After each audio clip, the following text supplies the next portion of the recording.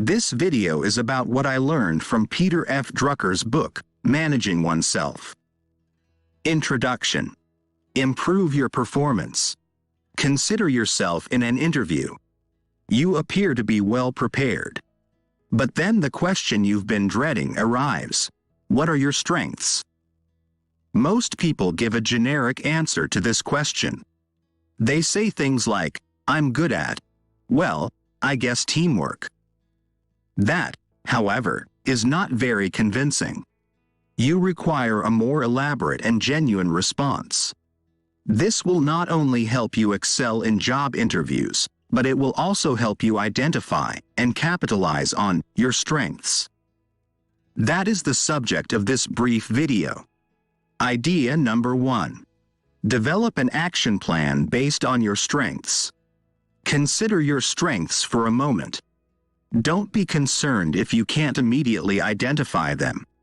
Most people cannot, and those who believe they can are frequently mistaken. The opposite is also true. Many of us believe we know precisely what we aren't good at. But, more often than not, we are mistaken. What's the good news? There is a tried and true method for dealing with this situation, and it is known as feedback analysis. It was invented in the 14th century and is a fairly simple technique. This is how it works. Write down every important decision you make, along with your predictions for the outcome. Examine your predicted outcome and compare it to the actual outcome 9 to 12 months later.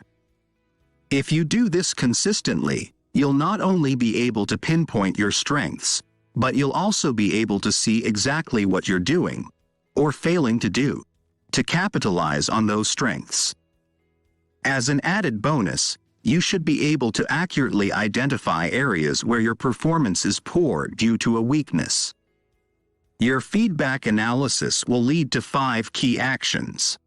First, focus your efforts on areas where your strengths will yield results. Second, work on improving your existing strengths and filling any knowledge gaps that emerge.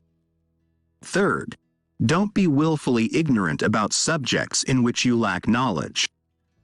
Learn new skills and knowledge to complement your existing ones. Fourth, make sure to correct any bad habits revealed by your feedback. Finally, identify areas in which you have little or no talent and are unlikely to even become mediocre.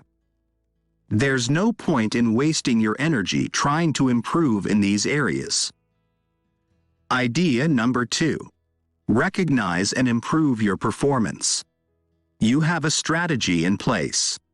Here are some more suggestions for getting to know yourself better. To begin, understand that the majority of people are either readers or listeners. Listeners included Presidents Franklin D. Roosevelt and Harry Truman, among others. They could hold free-flowing press conferences and express their thoughts and ideas aloud. In contrast, President John F. Kennedy was a reader. His assistants prepared proposals for him before they were discussed in person. President Lyndon B. Johnson, who succeeded Kennedy, had no idea he was being listened to. He kept Kennedy's staff, and they continued to write for him. However, it appears that Johnson never understood what they wrote, which undoubtedly contributed to his presidency's demise. Following that, you should determine how you learn best. There are numerous ways to learn, including writing, doing, talking, listening, and reading. Some successful lawyers and medical diagnosticians, for example, learn best by talking. Winston Churchill, on the other hand, learned through writing. Beethoven did as well. The famous musician allegedly stated that if he did not write something down right away, he would forget it, but if he did, he would remember it forever. Finally, when it comes to employment, try to determine which role is best for you. Perhaps you work best as a leader, or perhaps you prefer to be second in command. Do you work best in groups or alone? Perhaps you prefer working for a large corporation over a small one. Do you require structure or independence? Do you perform best under pressure or when you have a deadline to meet? It is uncommon for a reader to become an adept listener and vice versa. And if you learn by writing, you're less likely to learn by reading or any other method. Is it best to work in a large organization?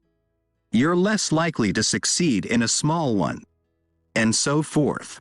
The point is that you should not try to change yourself. Stick to your strengths and avoid taking on work that you are unable to complete. Now, that was only a small portion of what Peter F. Drucker taught me in his book, Managing Oneself.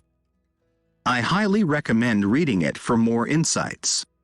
If you enjoyed it, I would really appreciate it if you could take a moment to hit the subscribe button, like this video, and share it with your friends and followers. Your support helps me to grow my channel and reach a wider audience, and I am so grateful for it. Don't forget to hit the notification bell to stay up to date on my latest videos. Thanks again for watching, and I can't wait to share more with you in the future.